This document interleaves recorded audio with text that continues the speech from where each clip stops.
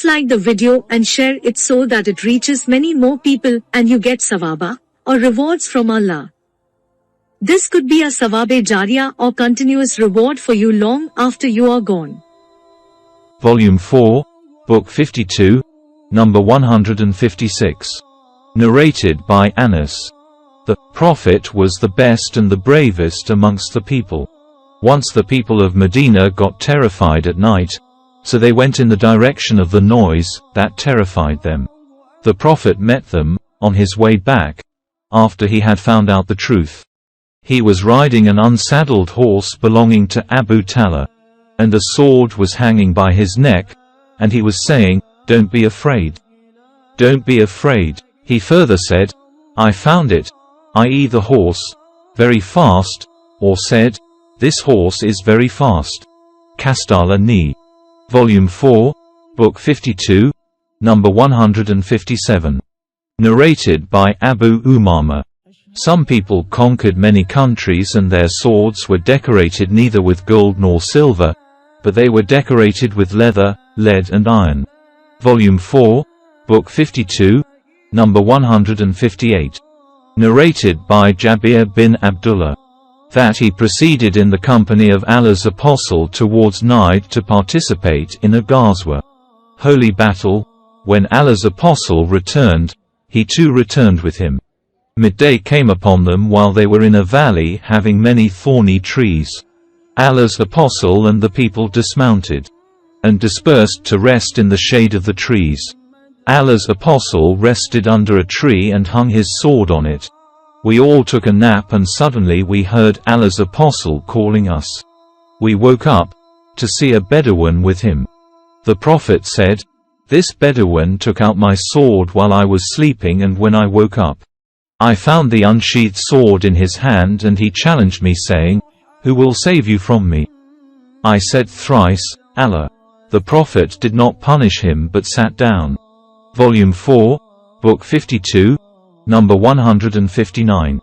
Narrated by Sahl. That he was asked about the wound of the Prophet on the day of the Battle of Uhud. He said, "The face of the Prophet is wounded and one of his front teeth is broken and the helmet over his head was smashed." Fatima washed of the blood while Ali held water. When she saw that bleeding was increasing continuously, she burnt a mat of date palm leaves, till it turned into ashes, which she put over the wound, and thus the bleeding ceased. Volume 4, Book 52, number 160. Narrated by Amr bin al-Harith. The Prophet did not leave behind him after his death anything except his arms, his white mule, and a piece of land at Khaybar which he left to be given in charity. Volume 4, Book 52, number 161. Narrated by Jabir. As above. Hadith number 158. Volume 4, Book 52, number 162. Narrated by Jabir bin Abdullah. That he participated in a Ghazwa, holy battle, in the company of Allah's Apostle. Midday came upon them while they were in a valley having many thorny trees. The people dispersed to rest in the shade of the trees. The Prophet rested under a tree, hung his sword on it, and then slept. Then he woke up to find near to him a man whose presence he had not noticed before. The Prophet said, "This man took my sword out of its scabbard, and said, 'Who will save you from me?' I replied, 'Allah.' So he put the sword back into its scabbard, and you see him sitting here. Anyhow, the Prophet did not punish him." See Hadith number 158. Volume 4, Book 52, number 163. Narrated by Abu Qatada. That he was in the company of Allah's Apostle, and when they had covered a portion of the road to Mecca, he and some of the companions lagged behind. The latter were in a state of iram, while he was not. He saw an onager and rode his horse and requested his companions to give him his lash, but they refused. Then he asked him to give him his spear, but they refused. So he took it himself, attacked the onager, and killed it. Some of the companions of the Prophet ate of it while some others refused to eat. When they caught up with Allah's apostle, they asked him about that, and he said, "That was a meal Allah fed you with." It is also said that Allah's apostle asked, "Have you got something of its meat?" Volume 4, Book 52, number 164. Narrated by Ibn Abbas. The Prophet, while in a tent, on the day of the Battle of Badr, said, "O Allah, I ask you the fulfillment of your covenant and promise. O Allah, if you wish to destroy the believers, you will never be worshipped after today." Abu Bakr caught him by the hand and said, "This is sufficient, O Allah's apostle. You have asked Allah pressingly."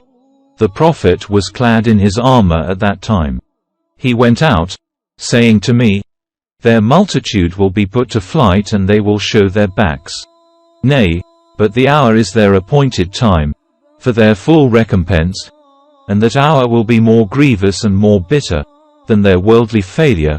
54.45-46.